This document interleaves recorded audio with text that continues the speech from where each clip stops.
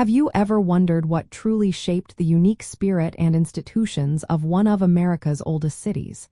From its famous universities to its tradition of civic engagement, Boston has a distinctive character unlike any other. What was the driving force behind this foundational identity? The profound influence of early Congregational church ideas played a central role in shaping Boston. These religious beliefs and practices established the very framework for the city's civic life, educational system, and moral fabric from its earliest days.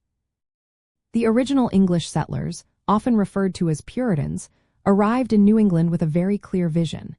They aimed to create a model Christian society, famously described as a city upon a hill. Central to their beliefs was the concept of covenant theology. This idea meant that communities, like individuals, entered into an agreement or covenant with God, promising to uphold His laws in exchange for blessings. This covenant wasn't just spiritual, it extended directly to their governance. The structure of their churches, where members covenanted together to make decisions, directly influenced the development of democratic self-rule through town meetings. Because they believed everyone needed to read the Bible to understand God's Word, literacy was highly valued. This led directly to the establishment of public education, including institutions like Harvard College, founded just 6 years after Boston itself.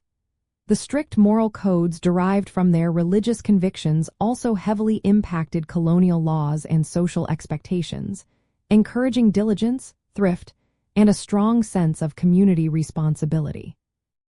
Every aspect of daily life, from Sunday services to town hall debates, was infused with these deeply held religious convictions.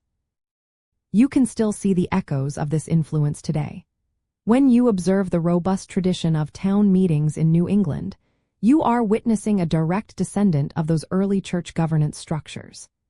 Exploring the historical campuses of institutions like Harvard University or Boston Latin School reveals the tangible commitment to education born from that initial religious imperative.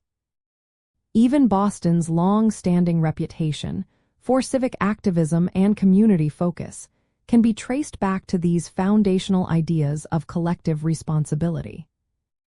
It is truly fascinating to consider that the very foundation of American democratic thought, particularly in local governance, owes so much to the internal workings of these early churches. The New England Town Meeting, an iconic symbol of direct democracy, was not invented in a vacuum.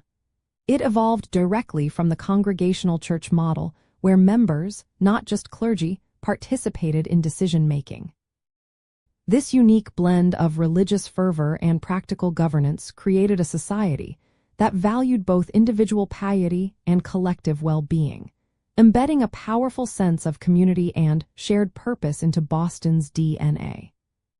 So, the next time you walk through Boston's historic streets or reflected on its enduring legacy as a center for education and civic discourse, remember that its core identity was forged by profound religious convictions.